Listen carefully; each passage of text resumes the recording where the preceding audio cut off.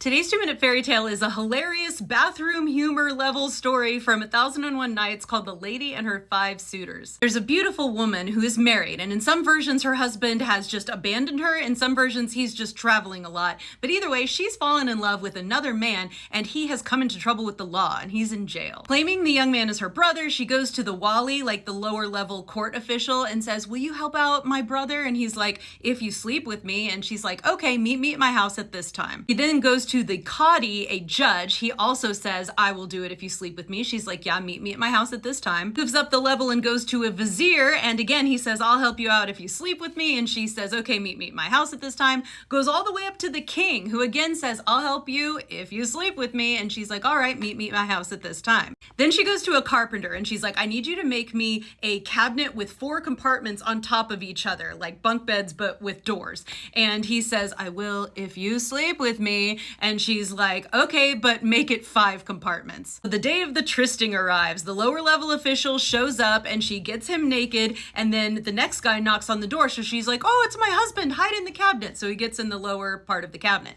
Then the judge comes in, she does the same thing with him, he hides in the next level, then the vizier, and then the king, and she's got all 4 of them in the cabinet.